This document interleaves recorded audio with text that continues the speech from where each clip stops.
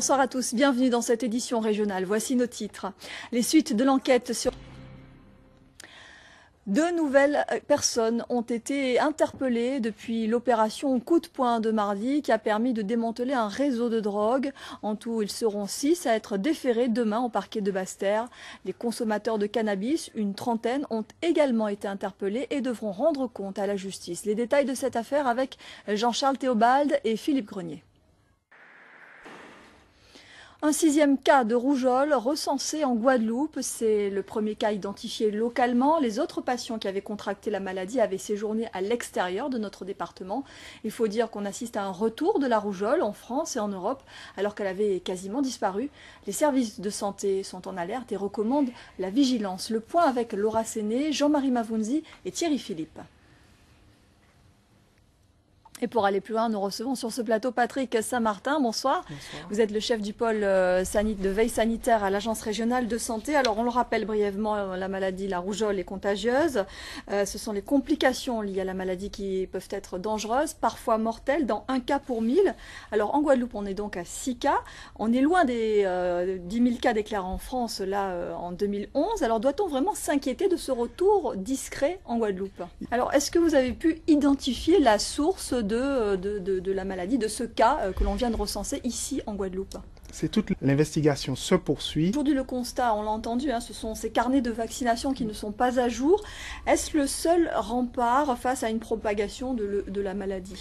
Malgré tout, 30 ans, Monsieur Saint-Martin, de nombreux enfants n'avaient pas été vaccinés, ils ont attrapé la rougeole, on a été nombreux dans ce... Quoi aujourd'hui cette incitation à la vaccination? Pas plutôt les pays qui sont sous-développés, qui n'ont pas accès à de bons soins? Absolument. Pour conclure, si ce soir les Guadeloupéens qui n'ont pas vacciné leurs enfants ou qui ne sont eux-mêmes pas à jour de leur vaccination souhaitent y remédier, est-ce que les autorités sanitaires sont capables de répondre à une demande en masse? Absolument. Merci beaucoup Patrick Saint-Martin d'être venu sur ce plateau. Et on reste dans le domaine de la santé avec ce séminaire. Il s'agit des médecins de Guadeloupe qui étaient réunis ce jeudi. Alors ça relève aussi une aggravation des problèmes liés à l'obésité. En bref, maintenant, cette menace des salariés d'Air Caraïbes qui envisagent une mobilisation pour dénoncer la fermeture de lignes du moyen courrier. 4 lignes du réseau interrégional pourraient être supprimées selon une volonté de la direction. Cela concernerait les destinations de Cuba, Saint-Domingue, Haïti, Cayenne et Belém. Environ 200 personnes ont participé ce matin au premier séminaire post-cantonal de la gauche alternative. Cette rencontre-débat a eu lieu au Ciné-Théâtre du Lamentin. Au programme, l'insertion, bilan, critique et perspective. L'occasion également pour cette gauche alternative de compter ses forces 2 mois après les élections cantonales. Le reportage d'Éric Stimfling.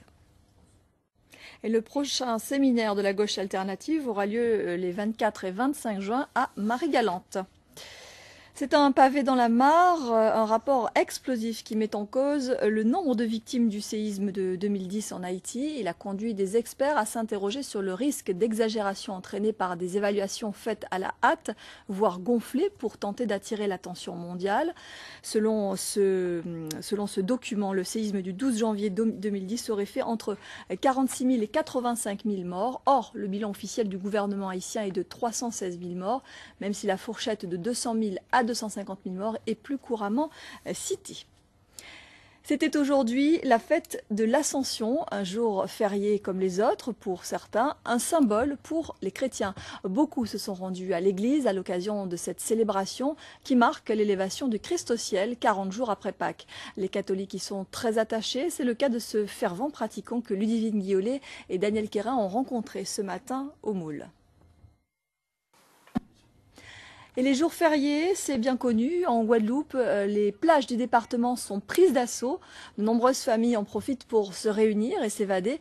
Mais avec la chaleur qui règne ces jours-ci, certains ont fait le choix de la fraîcheur. Jérôme Boicas et Rémi de France se sont rendus à la rivière Corosol, au cœur du parc national. Voyez leur reportage. Les sports maintenant avec tout d'abord du cyclisme, le Grand Prix du Conseil Général. Première étape aujourd'hui entre Les Abîmes et Morne-à-l'Eau remportée par Régis Maréchaux. Robert Gaspard et Serge Tarrette nous résument les temps forts de l'épreuve. Et je vous invite à suivre la page spéciale consacrée à ce Grand Prix du Conseil général juste après ce journal. Retour maintenant sur le match de préparation hier soir des Guada Boys avant leur participation à la Gold Cup. Et cela ne s'est pas forcément passé comme ils l'avaient espéré. Les Américains de Fort Lauderdale Strikers se sont imposés 1-0. À noter également l'exclusion en fin de match de Stéphane Zubar. Le résumé de cette rencontre avec Eddie Golapcan et Jean-Marie Mavounzi. David Sommeil, l'ancien joueur de Valenciennes, a reçu le soutien hier de nombreux footballeurs et de personnalités lors d'une soirée au stade Nungesser à Valenciennes. 3 matchs de solidarité étaient organisés en l'honneur de David Sommeil qui se remet petit à petit du malaise cardiaque dont il a été victime. Le Guadeloupéen qui, après avoir débuté à Caen, est passé à Rennes, Bordeaux, puis Marseille, Manchester City et Sheffield United. Le reportage de nos confrères d'Outre-mer Première. Il fait chaud ici, mais c'est aussi le cas dans l'Hexagone depuis le mois d'avril, des températures estivales et les fabricants de crème glacée tournent à plein régime. Un véritable moment de plaisir, la glace se vend bien, elle rafraîchit. Chaque année, les fabricants rivalisent à coups de nouveautés. La crème glacée aux fruits exotiques plaît beaucoup.